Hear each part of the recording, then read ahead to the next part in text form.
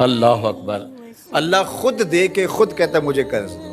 ایک دوسرے مقام پر من یقرض اللہ قرضا حسنا، کون ہے جو اللہ کو قرض حسنا دے؟ جب یہ آیت کریمہ نازل ہوئی تو ایک صحابی تھے حضرت ابو دہدا رضی اللہ تعالیٰ، تو یہ آیت اتری کہ کون ہے جو اللہ کو قرض حسنا دے، اللہ اسے لوٹائے گا، کئی گناہ کر کے دے گا. تو وہ حضور کے پاس آئے اور آقا کریم کا ہاتھ پکڑ لیا اور کہا حضور کیا اللہ نے واقعی ہم سے قرض مانگا ہے؟ رب ہو کے قرض مانگ رہا ہے، اللہ نے واقعی ہم سے قرض مانگا ہے؟ تو حضور نے فرمایا ہاں ابو دہدا، اللہ نے واقعی ہم سے قرض مانگا ہے. تو حضور کا ہاتھ پکڑ لیا اور ساتھ ساتھ چلتے رہے. تو کھجوروں کے باغ کے کنارے حضور کو لے گئے اور 600 کھجوروں کا درخت تھا جہاں انہوں نے اس کو لگا کر کے پروان چڑھایا تھا. اور کھجور آپ کو پتہ کب لگتی ہے اور کب جوان ہوتی ہے، کتنا وقت لگتا ہے. پھل دینا آسان ہوتا ہے لیکن کھجور دے دینا یہ بڑا مشکل ہوتا ہے. وہ ہمارے دیہاتوں میں کہتے ہیں کہ جٹ گڑ کی پیسی دے دیتا ہے لیکن گنا نہیں توڑنے دیتا، چونکہ فصل کے ساتھ جو لگاؤ ہوتا ہے، جو ایک ربط قلب ہوتا ہے، وہ بڑا گہرا ہوتا ہے. تو وہ گنا نہیں توڑنے دیتا، اس پہ لڑائی ہو جاتی ہے، لیکن وہ گڑ کی پیسی دے دیتا ہے، وہ کئی گنوں کا نتیجہ ہوتا ہے. تو کھجوریں، اور وہ بھی کئی سالوں میں پل کے جوان ہوئی، 600 کھجوروں کے درخت تھے اور پھر اس میں رہائش بھی ان کی تھی. تو اس کے کنارے کھڑے ہو کے پھر ایک بار دہراتے ہیں حضور کیا واقعی اللہ نے ہم سے قرض مانگا ہے؟ تو حضور نے فرمایا ہاں ابو دہدا، اللہ نے واقعی ہم سے قرض مانگا ہے. تو کہا پھر سودے کے آپ گواہ ہو جائیں، یہ باغ میں نے اللہ کو قرضے میں دے دیا، یہ باغ میں نے اللہ کو قرضے میں دے دیا. اللہ اکبر.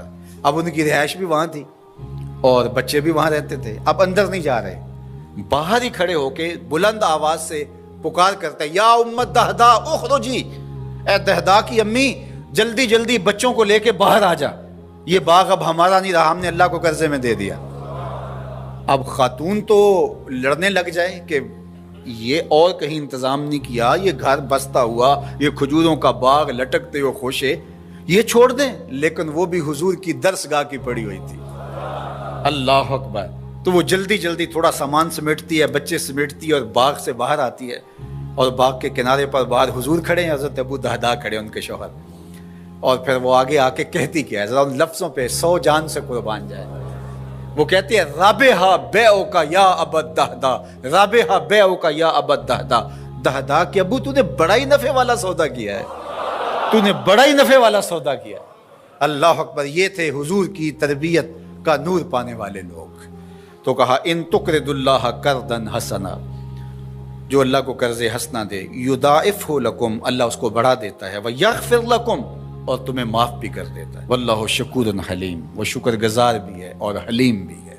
علماء نے لکھا حلیم کا معنی یہ ہے کہ تمہیں گناہ میں سزا دینے میں جلدی نہیں کرتا، حلم والا ہے.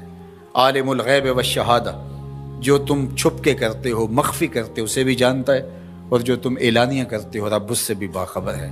العزیز الحکیم، غالب ہے، اس پر کوئی غالب نہیں ہے، وہ حکمت والا ہے. یہ اس کی عظمتیں ہیں. تو سورہ التغابن اپنے دامن میں وہ نور رکھتی ہے کہ اس کی تلاوت کرنے سے زندگی میں جمال اور زندگی میں نور نصیب ہوتا ہے. علماء نے لکھا ہے وہ بیماری، وہ مشکل، وہ پریشانی جس کے ظاہری اسباب منقطع ہو جائیں تو سورہ تغابن پڑھیں، اللہ تعالیٰ جل شانہ اپنا کرم فرما دے گا، اپنی رحمت نازل فرمائے گا. اللہ ہمیں سورہ تغابن کا نور نصیب. ان تقرض اللہ قرضا حسنا، اللہ کو قرض حسنا دو. کیسی بات ہے، خدا دے کے خود مانگ رہے، اللہ کے دیے ہوئے سے دینا نا. وَمِمَّا رَزَقْنَاهُمْ يُنْفِقُونَ، اللہ کے دیے ہوئے سے دیتے ہیں. ذرا دیکھیے اللہ اس پہ ثواب دیتا ہے، اللہ کے دیے ہوئے سے دے کے اللہ سے ثواب لیتے ہیں. اور اللہ فرماتا ہے میں لٹاؤں گا بھی اور دگنا کر کے لٹاؤں گا. جو تم میرے دیے ہوئے سے دو گے اس کو دگنا کر کے لٹاؤں گا اور تمہیں اجر بھی دوں گا. یہ کیا دل آویز کہانی. وَيَغْفِرْ لَكُمْ، تمہیں بخش بھی دے گا.